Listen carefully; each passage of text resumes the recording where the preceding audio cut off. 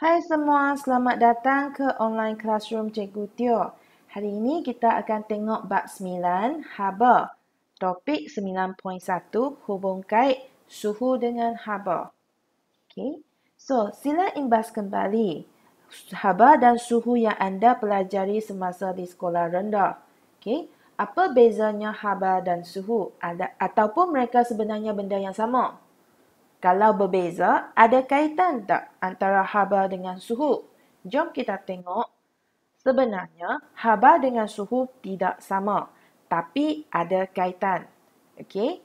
So, apa dia haba? Haba adalah satu bentuk tenaga dan dia boleh mengalir. Okey? Haba mengalir dari kawasan bersuhu tinggi ke kawasan bersuhu rendah. Okey? Ini konsep yang sangat penting. Okay, di bab 9. So, sila ingat, haba mengalir dari kawasan panas ke kawasan sejuk. Dia mesti dari kawasan panas ke kawasan yang sejuk. Terdapat pelbagai sumber haba, contohnya matahari, peralatan elektrik, pembakaran bahan api. Okay, apa pula dia suhu? Suhu adalah sukatan darjah kepanasan atau kesejukan sesuatu objek.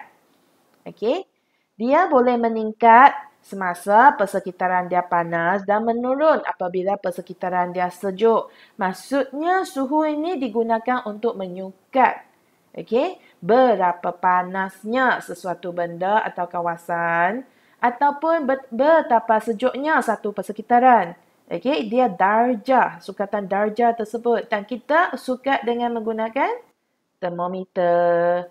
Okey, kita tengok beberapa contoh seharian.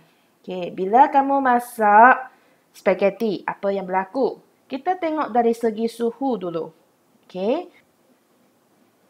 So, cikgu kata suhu adalah sukatan darjah kepanasan dan kesejukan. So, dalam period ni, air itu suhu dia semakin meningkat sebab dia menjadi semakin panas. So, kita boleh menyukat suhu. Okey, air mula-mulanya suhu lebih rendah. Dan semasa dia mendidih, suhu semakin meningkat. Dari segi tenaga haba pula macam mana? Tadi cikgu kata apa dia konsep yang penting? Haba mesti mengalir dari tempat atau kawasan yang bersuhu tinggi ke suhu rendah. Dia mesti mengalir dari kawasan panas ke kawasan sejuk. So, bila kita masak air, kawasan mana yang panas? Api. Betul tak? So, api itu bersuhu tinggi. Air bersuhu rendah pada mulanya. So, tenaga haba mengalir dari api ke periuk ke air sehingga air mendidih. Okey, itu beza suhu dan haba. Macam mana pula dengan botol-botol ni? Dalam botol tu ada pelbagai jenis jus. Biasanya kalau kita nak sejukkan jus botol ni, kita masukkan botol tu ke dalam satu kontainer atau besin yang mengandungi ais. So, masukkan botol tersebut dan lepas seketika, jus dalam botol tu pun akan jadi sejuk. So, dari segi suhu, awal-awal, jus tu suhu dia lebih tinggi. Kita sukat. Okay. Lepas letak dalam ais, okay, mungkin selepas 1 jam ke, setengah jam ke, jus dalam botol tu semakin sejuk.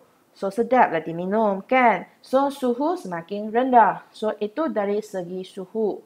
Macam mana pula dari segi haba? Adakah benda yang sejuk ni ada haba? Ada. Okey, mula-mulanya, okey, ingat tak konsep penting? Haba bergerak dari kawasan panas ke sejuk. So, dalam jus, dalam botol tu, jus tu pada mula-mulanya, tenaga haba dia mengalir dari jus ke ais. Sebab mula-mula tu, jus tu lebih panas berbanding dengan ais. So, lepas seketika, kamu akan dapat perhatikan pada akhirnya, okay, ais akan mula cair. Kenapa? Sebab tenaga haba sudah mengalir daripada jus ke ais. Dan juga, of course, dari persekitaran. Okay, persekitaran ais ni pun lebih panas berbanding dengan ais. So, haba akan mengalir ke tempat atau kawasan yang sejuk. Okay, boleh faham? So, kesimpulannya kita tengok perbandingan haba dan suhu dalam bentuk jadual. Jadual ni penting ya. Okey, so haba merupakan satu bentuk tenaga, manakala suhu adalah darjah kepanasan atau kesejukan objek. Dan macam mana pula dengan unit mereka? Okey, haba unit dia ialah joule. Okey, kita ukur dalam joule ataupun huruf J. Suhu pula diukur dalam darjah Celsius atau Kelvin, K. Cikgu ingin tegaskan di sini, apabila kita guna nama orang sebagai unit, contohnya Joule dengan Kelvin ni, bila tulis dalam perkataan penuh macam ni, kalau nak tulis perkataan Joule atau perkataan Kelvin, kita mesti guna huruf kecil. Okey? Tapi kalau kita guna simbol dia, tulis huruf sahaja, contohnya 1000 Joule. Okey, kita 1000 J. Okey, kita guna huruf besar J. Kalau nak tulis Kelvin, 200 Kelvin contohnya. Okey, kalau tulis perkataan huruf kecil. Kalau tulis K, 200 K, kita guna huruf besar. Okey, so haba bergantung kepada jenis bahan, kuantiti bahan dan suhu. Manakala suhu bergantung kepada darjah pergerakan zarah-zarah dalam suatu bahan. Itu sahaja daripada Cikgu Teo hari ini. Jumpa lagi di video yang seterusnya. Bye!